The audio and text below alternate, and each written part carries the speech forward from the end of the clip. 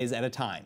And as you might expect, the events are expected to last long into the evening. And now with more on the coming coalition negotiations, we're joined by Jeremy Saltan, political strategist and director of English operations within the Yamina party. Jeremy, thank you for joining us. Now, Benny Gantz has 28 days to form a government, and he claims that he wants to form a government as wide as possible.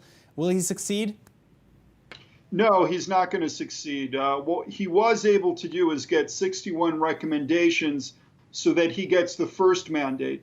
But the same 61 MKs that have recommended that he gets the first chance to form a mandate are very different from expecting the same 61 MKs to vote for a government in the Knesset with the confidence motion.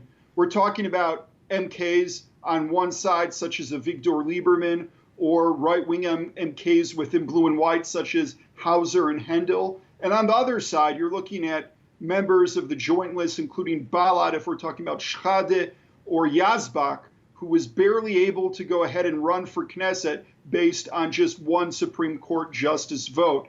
So, yes, Gantz is able to get the mandate today, as opposed to Netanyahu getting it first the last two times, but there is no chance that he's going to be able to form a government in the next 28 days. Well, I mean, so Benny Gantz, he's calling on the leaders of the religious parties like Aryeh Deri, Yaakov Litzman, to invite them, to even possibly negotiate a coalition, but they're so far refusing.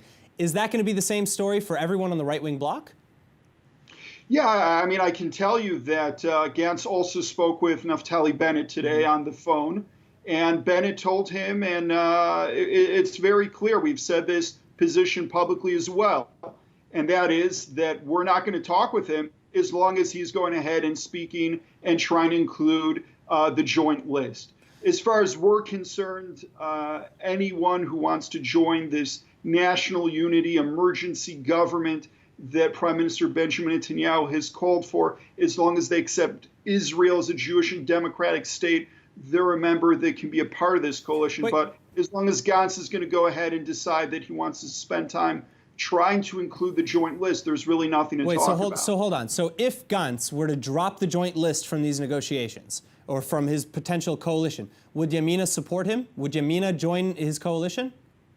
What Naftali Bennett has called for is the same thing that Prime Minister Benjamin Netanyahu has called for, which so is he wouldn't leave the bloc. So you're saying he wouldn't leave the right-wing bloc necessarily. He would stay in the right-wing bloc and form a broad unity, so to speak.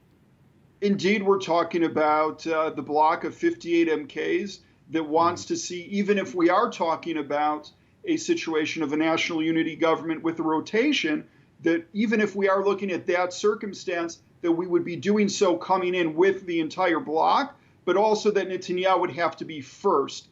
And that's why Gantz is doomed to fail, because by law, whoever receives the mandate must form a government with himself as prime minister.